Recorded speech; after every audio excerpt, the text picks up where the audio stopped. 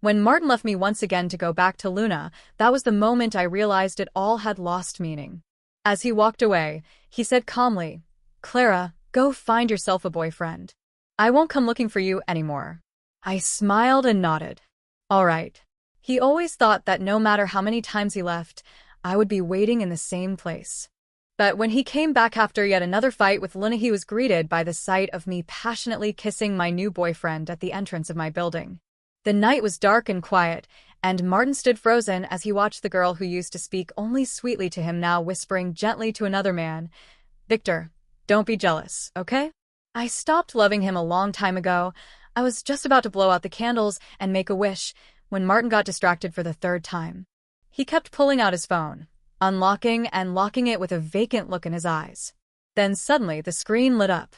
A message had arrived. The frown on his face vanished instantly. While everyone around me sang, "Happy birthday," Martin Lou stood up without a word and walked straight out of the room. The song stopped awkwardly. The girl beside me nudged me, her voice soft with concern. "Clara, are you okay?" I gave her a bitter smile. What could possibly still hurt me at this point? Scenes like this had played out so many times over the years, I had grown numb. Around the room, whispers began to rise. "I just saw on Instagram Luna came back 2 days ago. Did Martin go to meet her at the airport?" "Of course. He treats her like a treasure. Everyone knows that. Keep your voice down. Don't let Clara hear. And if she does, a second choice should know her place. Now that the real one's back, the spare should step aside." Just then, the door swung open. Martin had returned. This time, with Luna beside him.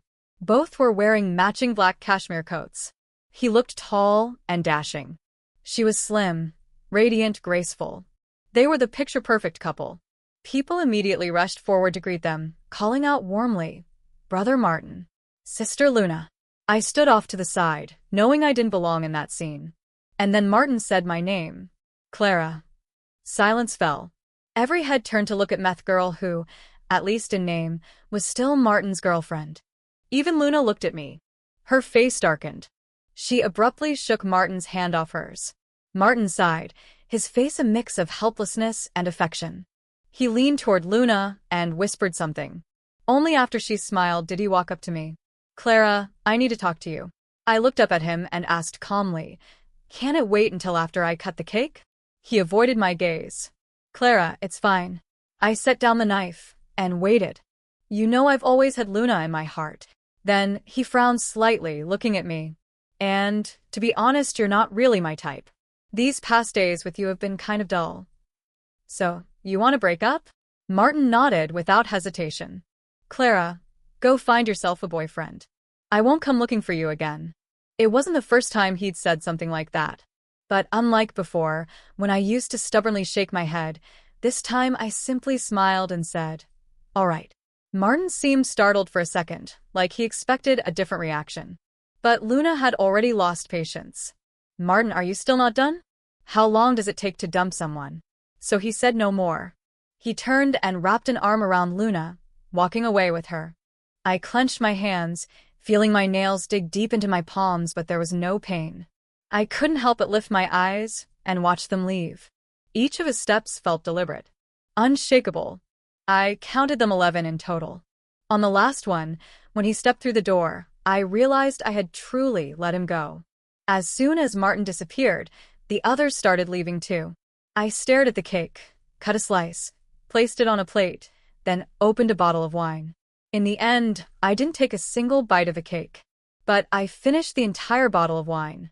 I put on my coat and walked outside.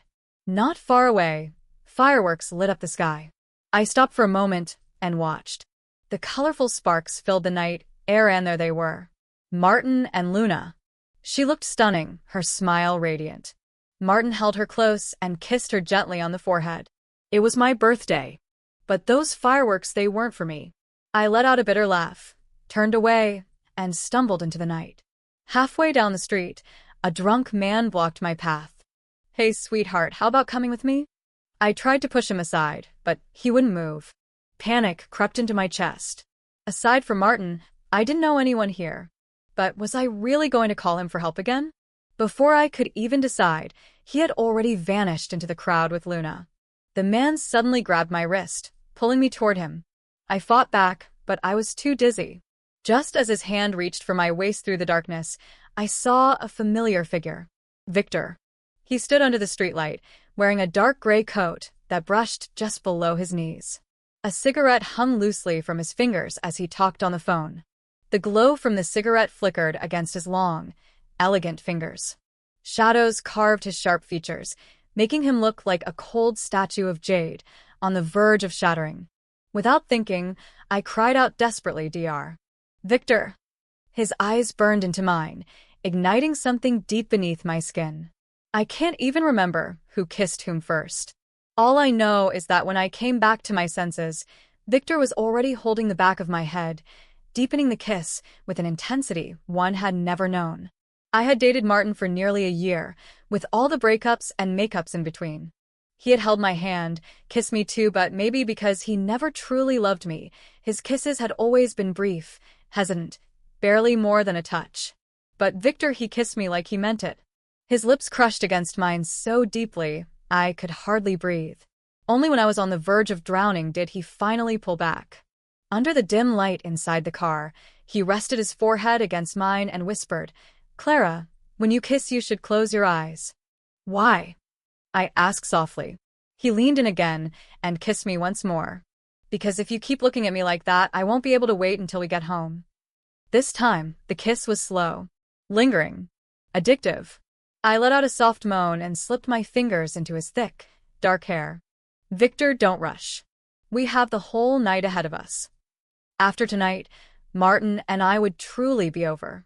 Maybe I had been holding everything in for too long. Maybe for once I just wanted to let go."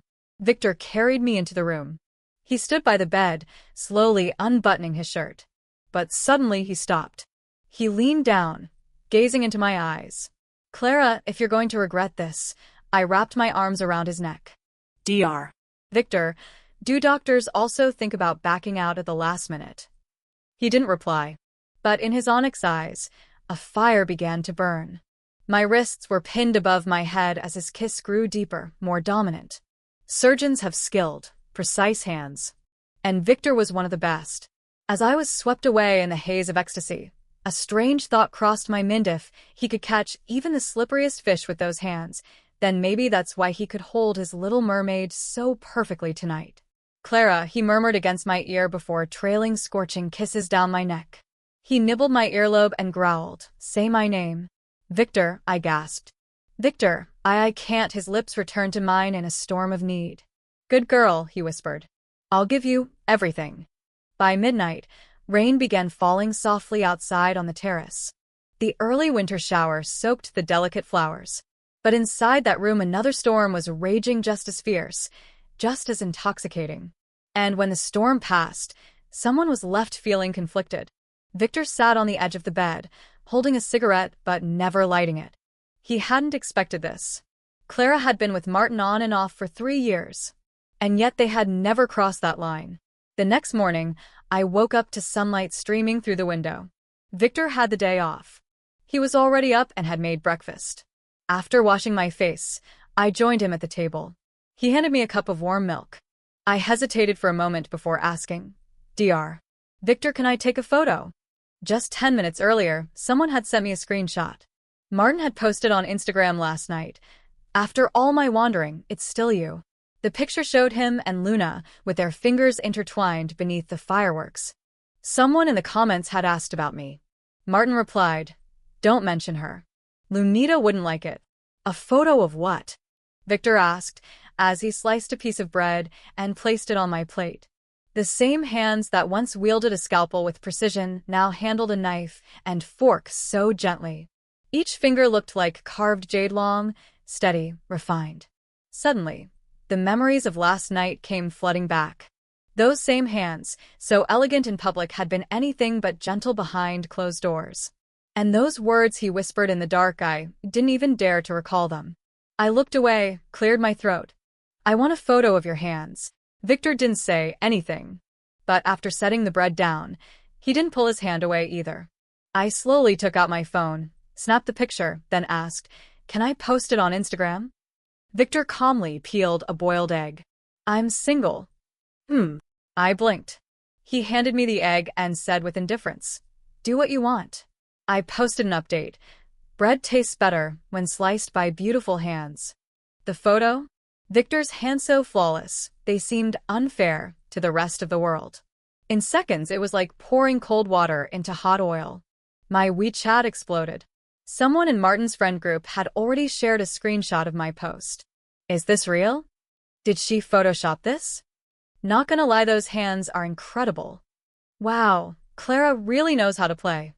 Bet she just found some photo to get under Martin's skin. Martin, childish. Come on, Martin. What if it's real? Clara's not unattractive. She's fair-skinned, gentle-looking. Definitely the kind of girl that brings out your protective side. Martin. She wouldn't dare. You never know. Even the calmest person has a breaking point. Didn't Daniel say the same thing once? Daniel. Exactly. Marco. Martin, what if Clara really started dating someone? Would it bother you? Martin. I said she wouldn't dare. Right, because if she did, she wouldn't even be worthy of being a backup. Martin. Tell her to stop playing games. She's not Luna. I don't fall for that stuff. After replying, Martin threw down his phone and lit a cigarette. Clara, what a foolish move. Meanwhile, my inbox was flooded with WeChat messages. Most were disguised as casual questions, trying to decipher the meaning behind my post. I ignored them all. Later that afternoon, Victor got called into an emergency surgery. Stay home and rest, he told me. I'll be back for dinner. He had already changed and was picking up his keys when I quickly followed him. I want to stop by my restaurant. Victor looked at me as he slipped on his shoes. Something wrong. I bit my lip, avoiding his gaze. Martin still has some things there. I want to pack them up so his assistant can pick them up. He kept his tone neutral. All right. I'll take you. There's nothing between us anymore, I said suddenly, then regretted it. After all, Victor probably only brought me home out of curiosity. I didn't owe him any explanations. I know, he said, his expression surprisingly gentle. I'll pick you up after work. After he dropped me off at the restaurant, Victor drove to the hospital. I went upstairs and began packing Martin's things. The place was small but cozy. At one point, I had even reserved a private room just for him. Sometimes he invited friends there. Sometimes he stayed the night. But we had never lived together. He held me. He kissed me. Once, when he was drunk, we almost slept together, but at the last moment, he whispered Luna's name. And just like that, I sobered up completely. The body doesn't lie. Desire can't be faked. Maybe that was the moment I truly opened my eyes. Martin had never loved me. Not even a little. I packed his things carefully, then called his assistant. Han, could you come pick up Mr. Lou's belongings? Miss Clara, just a moment, please. All right. A few minutes later, Han called back. Mr. Lou said to just leave them there. She said they'll stay friends and he'll continue supporting her business. That won't be necessary, I smiled. But he should still come pick up his things. No need for unnecessary drama. Miss Clara, I'm at the restaurant. If he doesn't show up, I'll mail them. I hung up. Han hesitated. Mr. Lou, what should we? Martin's expression darkened. In 3 years, this was a first. First, Clara posted a senseless, almost laughable story on Instagram. Then, out of nowhere, she wanted to get rid of all his things. She was actually trying to end things for real this time. But Martin knew Clara better than anyone. She loved him blindly. There was no way she truly liked another man. It had to be a childish trick, a jealous tantrum. Clara had been too naive to pull stunts like this in the past. Clearly, someone was giving her advice. Martin found it all ridiculous. A girl as transparent as Clara could never make a lie look real. Honestly, he hated that she was even trying. The only thing he ever liked about her was her obedience. Her quiet, harmless presence. His jaw tightened. Go get everything back. Are you sure, Mr. Lou? Han log helt surpriset. Martin nodded. Of course. And tell her I won't be going to her restaurant again. When Han came to collect the luggage, he relayed Martin's message. I wasn't surprised. Luna was here to stay now. Naturally, things between them would progress smoothly. Even if I meant nothing to Martin anymore, I was still the ex-girlfriend. Cutting ties completely made sense. "Han, please pass along a message to Mr. Lu," I said with a smile. "I appreciate his support of my business all these years." Han hesiterade. Miss Clara, actually Mr. Lu didn't really phrase it like, "Han, I need to head to the market," I said calmly, signaling that the conversation was over. Left with no choice, Han and the driver loaded the suitcases into the car and left. Once inside, Han called Martin. "Mr. Lu, where should I send your belongings?" "What did she say?" "Miss Clara said she's grateful for the support you've given her business." And Han pös. that was it. Martin didn't reply. A few seconds later, the call ended. On the third day, the restaurant received a major reservation to private rooms booked for an important gathering. At 6 p.m., Victor stopped by after work. He wore a high-collared gray coat, as sharp and elegant as ever. But unlike that night, the cold edge in his eyes had softened. Even the way he looked at me held a touch of warmth. "I'll be busy tonight. Might not have time for you." "That's all right. I'll wait in the room." "What do you want to eat?" "Same as you."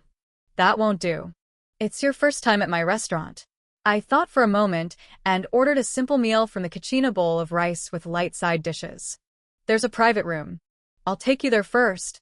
They'll bring your food soon." But Victor didn't follow. He leaned against the bar, watching me with a calm, unreadable expression. I hesitated. "What's wrong?" Victor let out a soft chuckle. "I don't go into other people's rooms." I froze for a second, then understood what he meant. "Don't overthink it. That room has been turned into a dining space.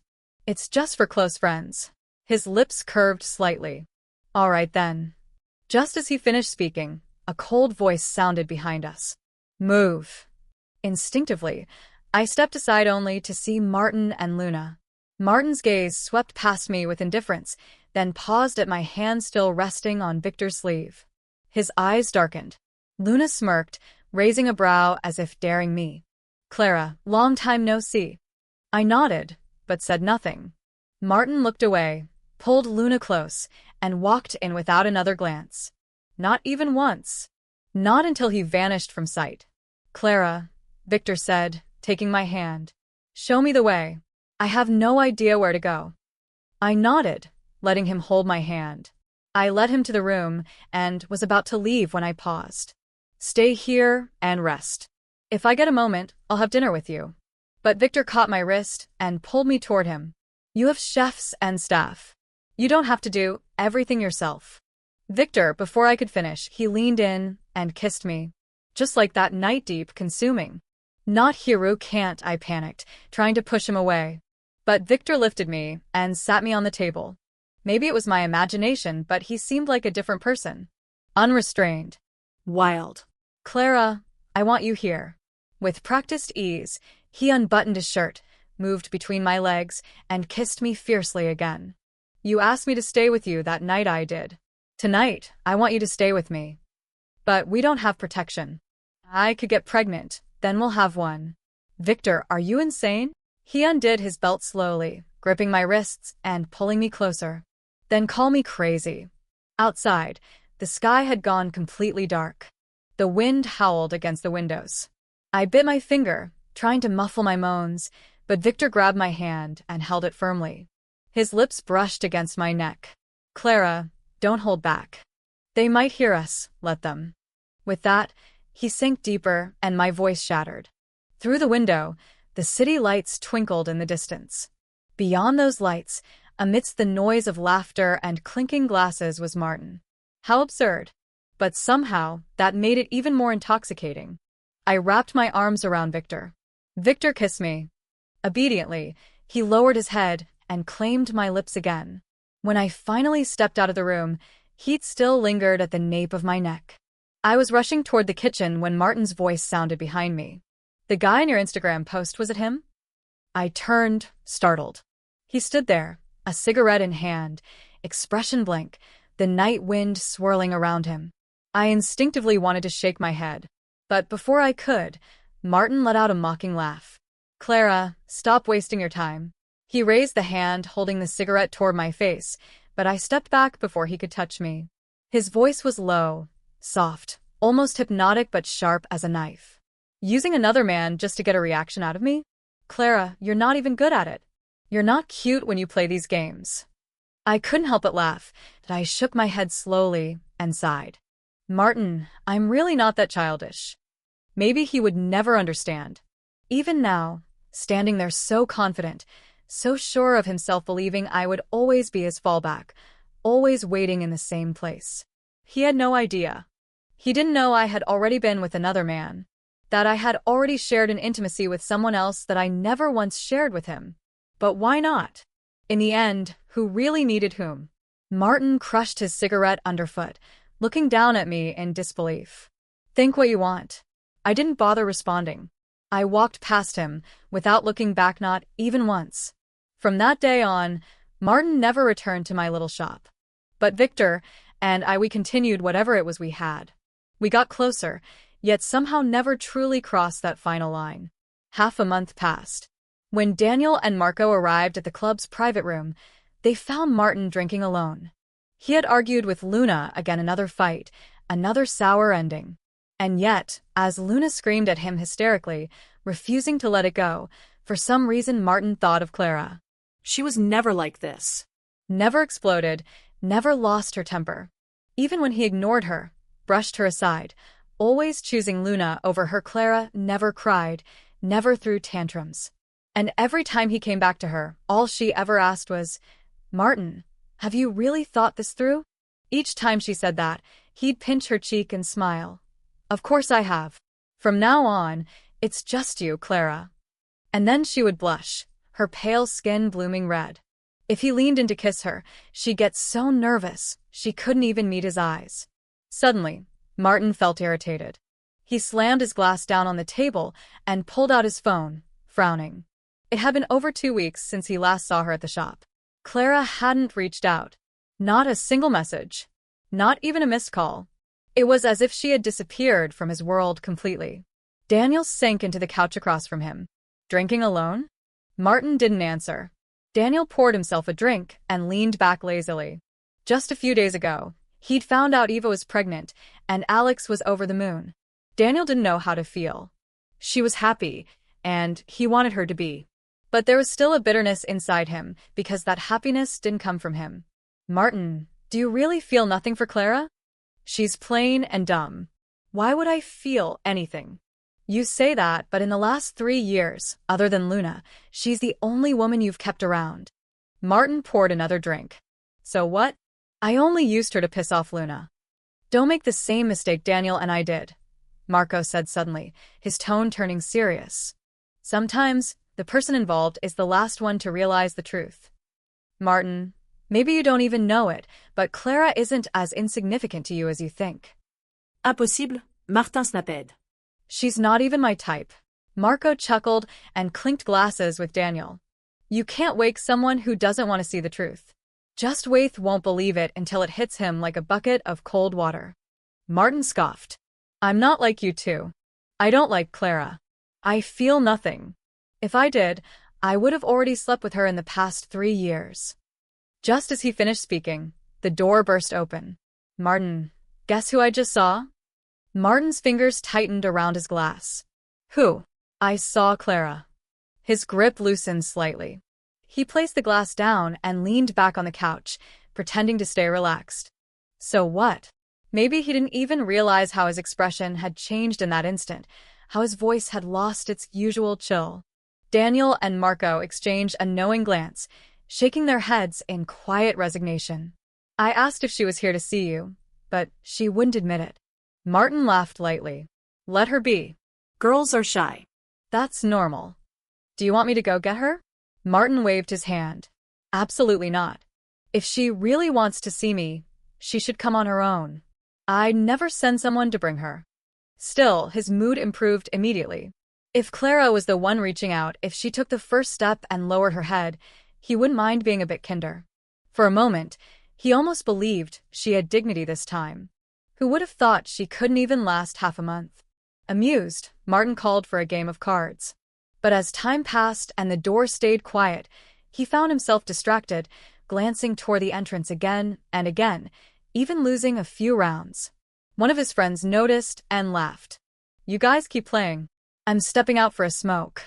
A few minutes later, the guy returned, this time with a strange look on his face. "I saw her again. She's sitting downstairs alone. Said she's waiting for someone." Martin threw his cards down, lit a cigarette, and glanced at his watch. "It's 10 o'clock. Who the hell is she waiting for?" No idea. I told her to wait upstairs, but she flat out refused. Just kept repeating she's waiting for someone. "The nerve," he muttered. Even the cigarette suddenly tasted bland. Annoyed, he crushed it in the ashtray. "I'm going out for some air." I checked my phone at 10 o'clock sharp. Victor's surgery probably wasn't over yet. He had planned to take me to dinner with some friends tonight, but midway he received an urgent call from the hospital. At first, he thought he'd be done around 8:30. But now, still no word. I sighed and stood up. I knew saving lives was his duty as a doctor. But still, I couldn't help feeling a little let down. Even after all these years of being stood up, of always being second priority somehow, it still hurt. I had never grown fully numb to it. "Clara." Just as I turned to leave, a familiar voice called from behind me. For a moment, my body tensed, but I quickly composed myself. "What are you doing here?" Martin approached with a calm stride, one brow raised. I was supposed to meet a friend, but he had an emergency and couldn't come. I looked him straight in the eye, my voice steady. Martin let out a sharp, mocking laugh. "Clara, do you know how ridiculous you sound when you lie?" I blinked, and then it hit me. Of course. This was one of the places Martin frequented. He must have assumed I was there to see him, but too embarrassed to admit it. But I was too tired to explain, knowing he wouldn't believe me anyway. So I just smiled. "I'm leaving now, Clara." He called my name again. Some things maybe once, maybe twice, but not 3 or 4 times. "You're misunderstanding. I really am waiting for a friend. He got called into emergency surgery. The guy from your Instagram?" Martin's smile turned colder. "Clara, I never knew you had a doctor friend. I met him when I was sick." I looked him straight in the eye. "That night I called you at midnight, saying my stomach hurts so badly I couldn't take it anymore, and you hung up." Martin's expression shifted. Slowly, the color drained from his face. For the first time, his eyes showed something like unease. "You were really sick?" His voice trembled slightly. I thought you were just jealous of Luna and trying to get my attention. It doesn't matter anymore. That's all in the past. I'm fine now." I smiled calmly. "It's late. I should go." For some reason, this time Martin didn't try to stop me. And that was fine. No more loose ends. No more unfinished business. This was the best ending. By the time Victor finished his surgery, it was already 11. He had barely returned from the hospital when he called me. "Clara, I'm on my way to see you." "Victor, you just came out of surgery. You must be exhausted. Please get some rest. I'm the one who broke the promise. I should apologize in person." "Victor." I whispered his name softly. I had always been aware of my place. Over the past half-month, we had shared something intimate, undefined. But not once did he ever make me a promise. I always knew Victor only stayed close because I was something new. He would never truly fall for me. Just like in those 3 years with Martin, through all the ups and downs, I had known all along that in his eyes, I had never been his real girlfriend. Everyone in his world was rich, powerful, dazzling in their own way. I was just another face in a sea of billions. If I had any redeeming quality, maybe it was my calm temperament. That I could cook, that I managed a small restaurant on my own. But that was it. Martin had always loved Luna the glamorous, radiant type. And Victor's type would never be someone like me. Back in university, Victor was a legend. The perfect, unattainable senior, always seen with the most beautiful girl from the English department, a woman so dazzling people called them the golden couple. Rumor had it she wanted to stay abroad after graduation, while Victor was determined to return home and become a doctor. And that was how they parted ways. Since then, Victor had never dated. He'd been single for years. I saw her twice. She was breathtaking, more beautiful than most celebrities. Only someone like her could have made Victor fall so hard he never looked back. Clara, what's wrong? Victor's voice snapped me out of my thoughts. He sounded tired, his tone rough from exhaustion. But when he said my name, his voice was gentle. Something pricked at my eyes. I nearly cried. It wasn't a big deal. That night, even though I was drunk, I was fully aware. I knew it was just a fleeting moment. A brief passion. A love that would never last. Victor, let's not see each other anymore. There was a long silence on the other end. When he finally spoke, his voice was as calm as always. Clara, whatever this is, let's talk in person. There's no need. We don't have to meet, saying it over the phone is enough. I'm already on my way. I'll be there in 30 minutes. Victor, wait for me at your restaurant. Don't go anywhere. It's late. It's not safe. And with that, he hung up. Panic spread through my chest like wildfire. I didn't know what to say to him. I couldn't predict what he would say to me. Those 30 minutes felt like forever, yet passed in a blink. Then his call came again. Clara, I'm outside. I had decided not to go. Not to see him. Some truths were easier to carry alone. Saying them out loud made everything real. Sometimes, I wished I could be like an ostrich, burying my head in the sand and pretending nothing was happening.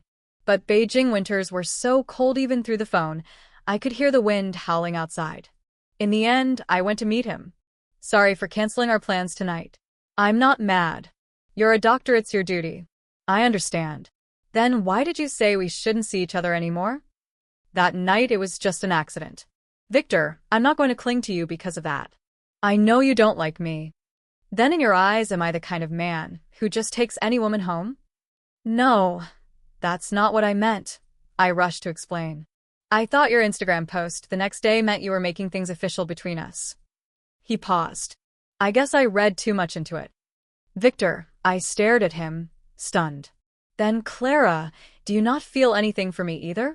Did Martin come looking for you again? You still can't forget him, can you? That Instagram post, you only uploaded it to provoke him. His voice remained calm from start to finish. No anger, no emotion, yet a strange thought crossed my mind. Was he jealous? Jealous of Martin? I had never thought of him that way. But on my birthday, that night, I had let go of Martin completely. I had stopped loving him. Victor took off his glasses and rubbed the bridge of his nose. He looked exhausted after hours of surgery. He had driven straight here. His eyes were bloodshot. He hadn't even changed out of his white coat. The winter wind howled around him, yet he stood there in front of me, far too lightly dressed for the cold. Even if I were blind, I could tell Victor didn't feel nothing for me. But why? Why would someone like him care about someone like me? I was just an ordinary girl. Clara. Victor looked at me. Maybe it was the fatigue, maybe the redness in his eyes, but for the first time, he looked vulnerable. You can't do this to me. You can't just walk away after everything. You can't run from this. I'm not. You said we shouldn't see each other anymore. Victor, I just didn't want to be a burden to you.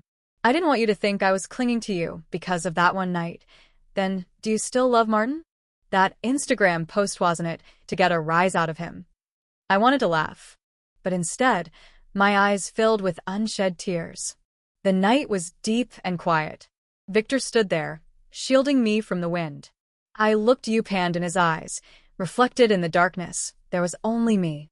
Why him that night? Maybe because in that distant early morning, when the pain was unbearable, when I truly thought I might die, it was his warm hand that reached out to me. So when I saw him again, something inside me just knew he would save me again. And now, once more, he stood in front of me, holding out his hand. Maybe this time, I shouldn't let go. Even if what he felt for me was small, it was still more than what someone who never loved me could offer. Victor, stop being jealous, okay? I stopped loving him a long time ago. Before I could finish, Victor cupped my face in his hands and kissed me. Martin didn't even know why he had gone looking for Clara. Maybe it was because of the huge fight with Lene, so exhausting it made him consider ending things for good. Or maybe it was because of that Dr. Clara had mentioned.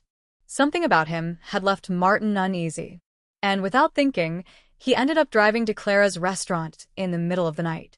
But she wasn't with anyone else. She had lied. There was no meeting with friends. She had come to find him. She wanted to come back to him. And this time more than ever wanted it too. But just as he was about to walk in, a car pulled up in front of Clara's restaurant. And when Victor stepped out, Martin felt his heart stop. He had always assumed the doctor was just some random guy. After all, Clara was just an ordinary girl. How special could the man be? But he never imagined it would be that man. The same one he had seen in Clara's restaurant that night. The moment he first saw him, something deep down had told him to pay attention. But his arrogance brushed it off. A man like that, refined, composed, why would he be interested in Clara? But why wouldn't he? After all, he too had shown up in the middle of the night. Driven straight to her. Over the years, Clara had become a part of him. And now that she had finally, truly let go, felt it. The discomfort. The resistance. The quiet, suffocating sense of loss. Just like Daniel had said, had always been blind to the truth. Always assumed he didn't like Clara. Always believed Clara would never stop loving him. That no matter what, so long as he turned around, she would always be there, waiting. And every time, she proved him right. So he got reckless. So sure he would never lose her. Until now. He stood there frozen, watching Clara and Victor kiss. A deep kiss. Neither willing to part. He watched Victor walk her home.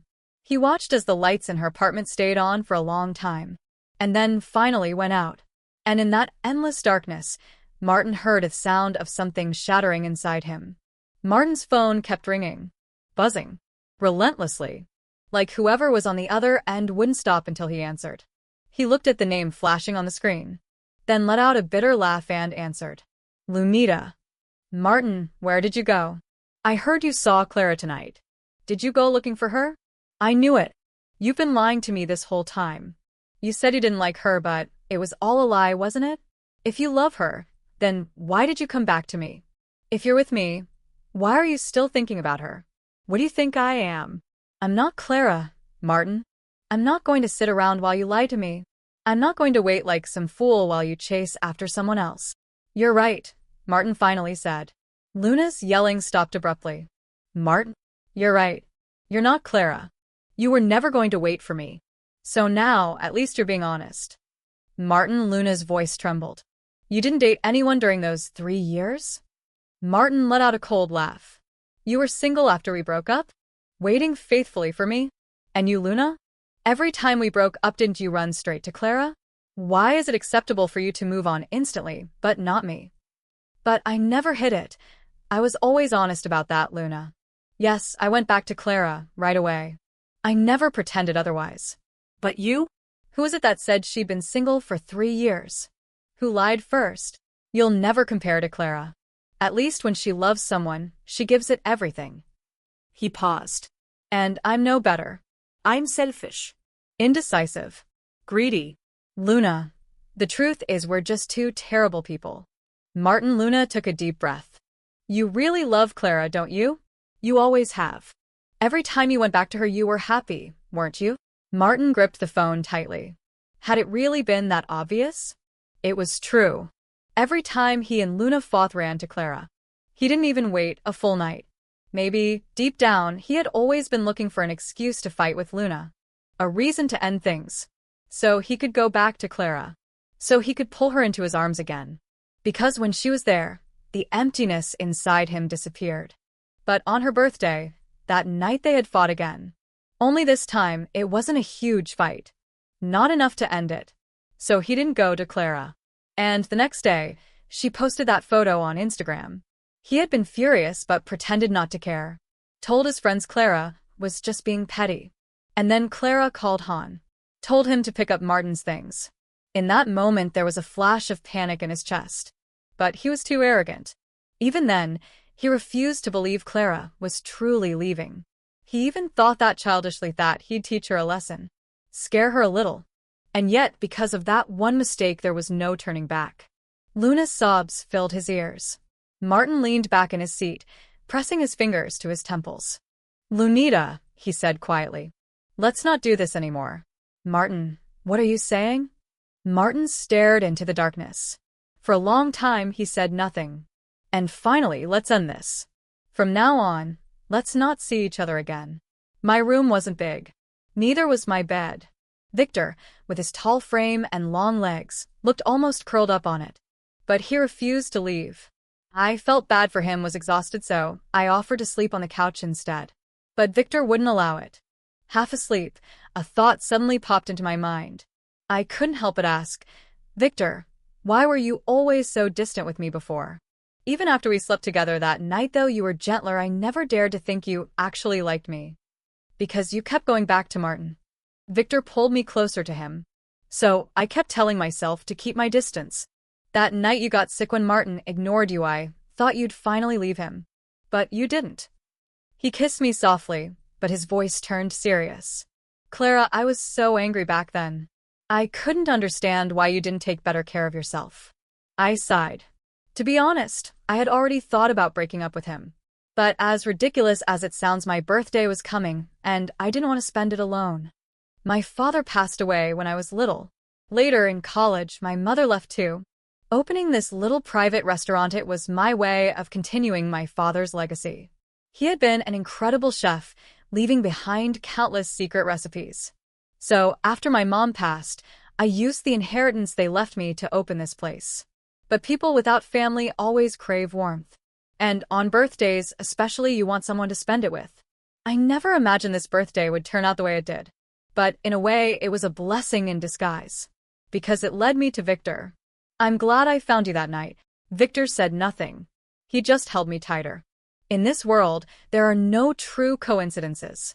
There's only someone who keeps trying quietly, relentlessly to get close to you. Victor had been frustrated with her. Frustrated that she never saw her own worth. Frustrated that she always let herself be hurt. But more than anything, he ached for her. That night, years ago, when she hid herself away, crying alone because it was the anniversary of her mother's death. She never knew, never realized how much she made people want to protect her. And the next day, she forced herself to smile, laughing and joking with classmates. She never knew how heartbreakingly lovable she was. How much she made people's hearts ache for her. On Christmas Eve, when she blushed and shyly handed him an apple along with the other freshman girl, she had almost given in. But at the time, his plans to leave the country were already set. And she was just 19. He had thought, I'll wait until she's older. I'll wait until I come back from abroad. So he said nothing. But the apple she gave him, that was the only one he accepted that night. He kept it for a long, long time. Until there was no choice but to throw it away.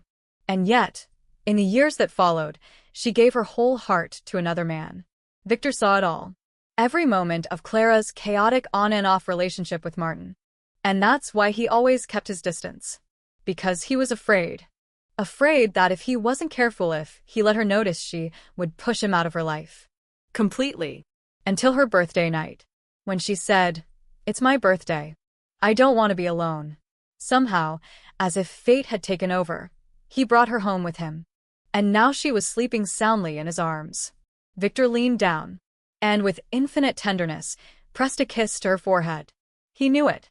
For the rest of his life, he would never let her shed another tear.